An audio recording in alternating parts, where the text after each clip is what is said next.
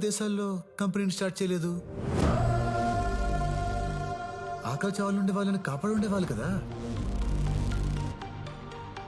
కానీ మీరు చేయరు. ఎందుకో చెప్పనా? దానికి 2 కారణాలు. ఒకటి డబ్బు, అవి పూర్ కంట్రీస్, అక్కడ మీరు డబ్బు చేసుకోలేరు. రెండోది మట్టి, మన దేశంలో ఉన్న సారవంతమైన మట్టి ఆ దేశాల్లో లేదు. సార్, మట్టే సరిగ్గా లేనప్పుడు ఎన్ని ప్రొడక్ట్స్ వాడితే ఏంటి? ఎందుకంటే మొక్క పెరిగేది మట్టిలో, మీ ప్రొడక్ట్స్లో కాదు. యాక్చువల్లీ సార్, మీరు మాట్లాడమన్నారు, మాట్లాడుతుంటే డిస్టర్బ్ చేస్తున్నారు. మీరు దేవుడిని నమ్ముతారా? చెప్పండి సార్. యా అర్రే, టెక్నాలజీ ఇంత పెరిగినా ఇంకా పాత దేవుణ్ణి నమ్ముతున్నారా? మరి పాతకాలం నుంచి ఆర్గానిక్ ఫార్మింగ్ చేస్తే తప్పేంటి సార్?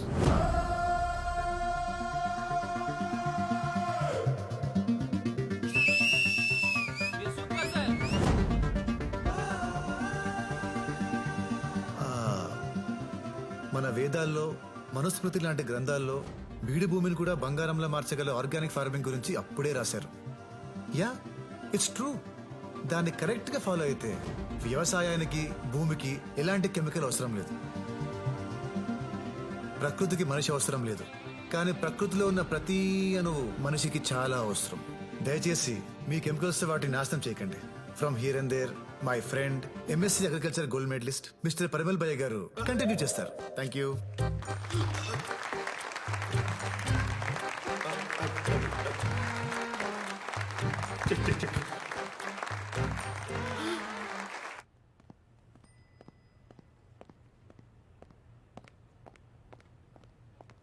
భీష్మ, ఆ నీకు ఆర్గానిక్ ఫార్మింగ్ గురించి ఎలా తెలుసు? ఆ రోజు మీరు బుక్స్ ఇచ్చారు కదా, సో చదివేశాను. అన్ని బుక్స్ చదివావా? ఆ. దేనికి? అంటే మీకు ఆ సబ్జెక్ట్ ఇష్టమని.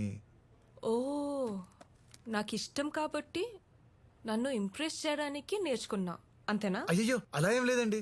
లవ్ చేస్తున్నావా? అయ్యో, అలాంటిదేం లేదండి. ఏదో ఆ సబ్జెక్ట్ మీకు ఇష్టమని నేనేదో. సర్లేండి, నేను కిందుంటాను, మీరు వచ్చేయండి. I love you.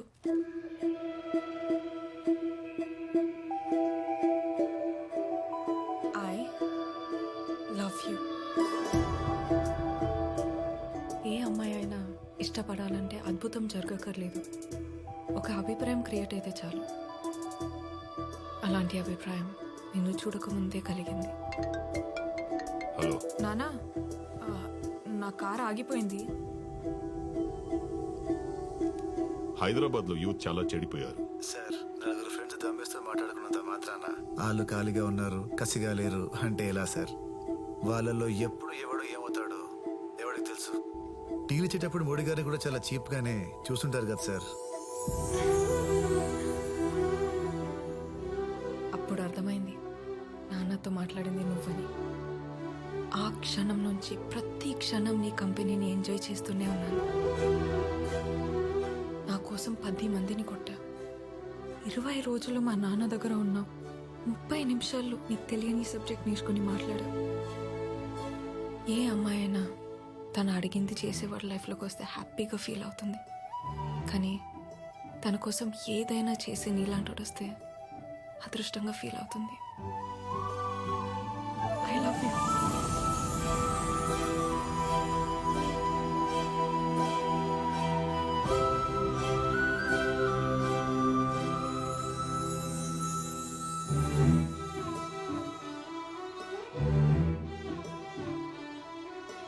వదలవా?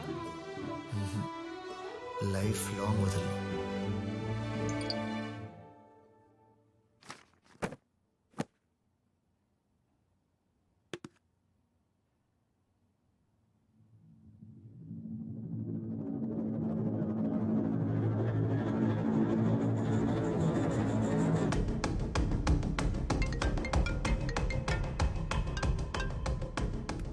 Hello sir, ఓ కేసు పని మీద న్యూస్ ఛానల్కి వస్తే చైత్ర మేడం అలా కనిపించారు సార్.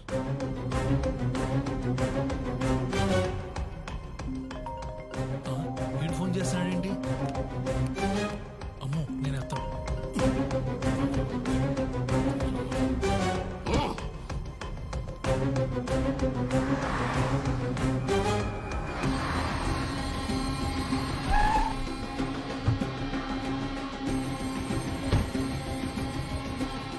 జేపీ ఎక్కడ? ఆనంద్ గారు వాళ్ళ ఇంట్లో ఉన్నారండి. ఏంట్రాడు మళ్ళీ ఫోన్ చేయలేదా? 2 సార్లు ఫోన్ ఎత్తనప్పుడు బుద్ధున్నాడు కూడా 3ఓసారి చేయడు. సార్ నేను వెళ్తా.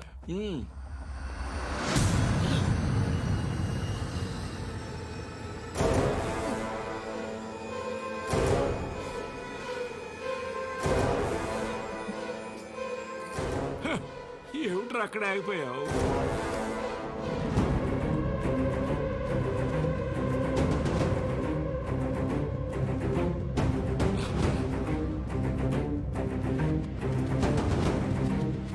చైత్ర ఓకే అయిపోయిందమ్మా. వాళ్ళ నాన్నని ఎలా మేనేజ్ చేయాలో వరకు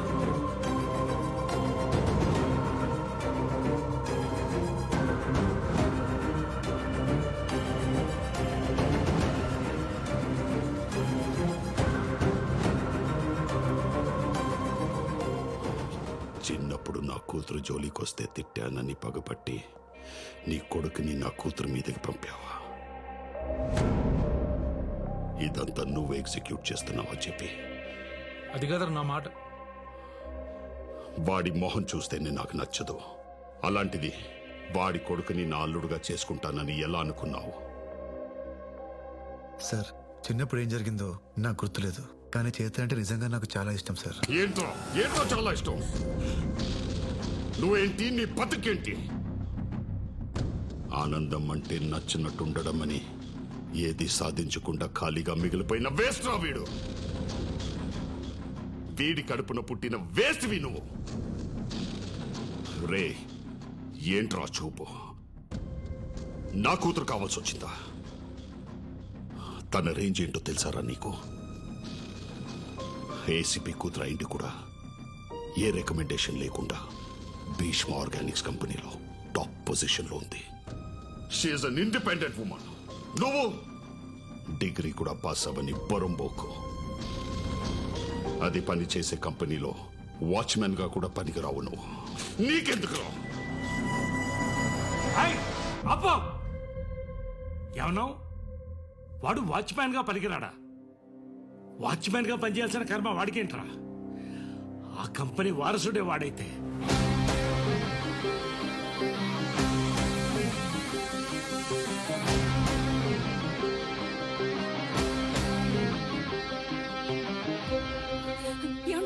ఏయ్, ఊరుకోవే.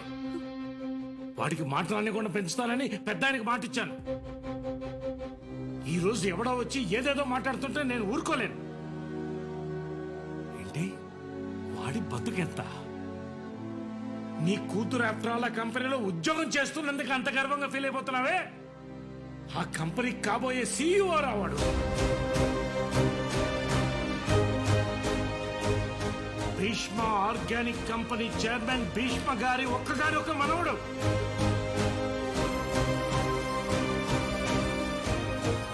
ఆయన 1000 కోట్ల ఆస్తికి అధిపతి అతను.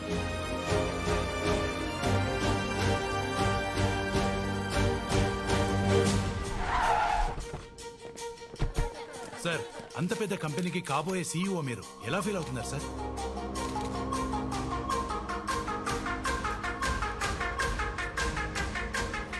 కొత్త సీఈఓని ప్రకటించిన భీష్మ ఆర్గానిక్స్. భీష్మ ఆర్గానిక్స్ కొత్త CEO. Bhishma organics announced its head. Bhishma organics next CEO కూడా భీష్మనే.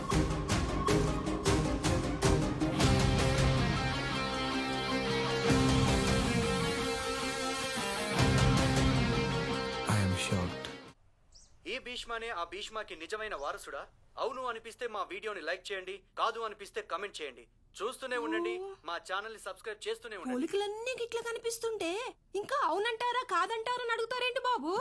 అచ్చం తాతగారి నోట్లోంచి ఊడి పడ్డట్టే ఉన్నారు. ఈ ప్రపంచానికి కావాల్సింది పోలికలు కాదు ప్రమీల, ప్రూఫ్స్. అసలు ఆయన ఫస్ట్ టైం చూసినప్పుడే లోపలేవో వైబ్రేషన్స్. రక్త సంబంధం అంటే ఇదేనేమో.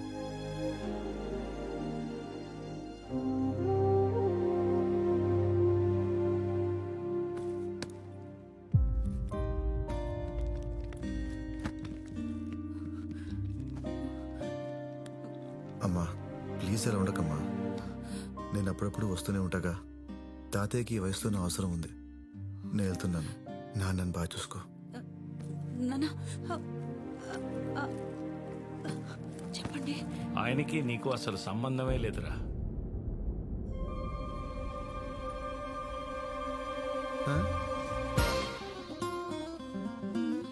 అవునరా,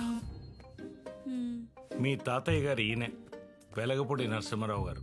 నా చిన్నప్పుడే పోయారు. నాన్న, ఇది జోక్ చేసే టైం కాదు. జోకులు నేనెందుకు చేస్తాను రా? పాయింట్ బ్లాంక్ లో గన్ను పెట్టి ట్రిగ్గర్ మీద వేలు పెట్టి సీరియస్ గా ఊగిపోతుంటే వాడికి ఉన్న టెంపర్మెంట్ లో నిన్నేం చేస్తాడన్న భయంతో అలా చెప్పేశాను రా. నువ్వు చెప్పావు సరే, మరి మీడియా ఎందుకు వచ్చింది? నేను చెప్తే వచ్చారా? మీ నాన్న నువ్వు వారసుడని చెప్పగానే ఆ దావాగాడు షాకుల గన్న నీ వైపు నుంచి నా వైపు తిప్పాడురా. ఆ కంపెనీ వారసుడే వాడైతే ఏమండి? అది నిజం కాదని వాడికి ఏమాత్రం డౌట్ వచ్చినా ఫస్ట్ పోయే ప్రాణం నాదేని అర్థమైంది. ఏదైతే అది అయింది తర్వాత చూసుకుందామని మా మీడియా గ్రూప్ లో నువ్వే సీఈఓ అని మెసేజ్ పెట్టేశాను. మీడియా సంగతి నీకు తెలియంది ఏముంది? బ్రేకింగ్ న్యూస్ అనగానే బ్రేకులు లేని బళ్ళేసుకొచ్చేస్తారుగా. హే హే, మీరంతా నాతో కామెడీ చేస్తున్నారు కదా. ఆయన పేరు భీష్మ, నా పేరు భీష్మ.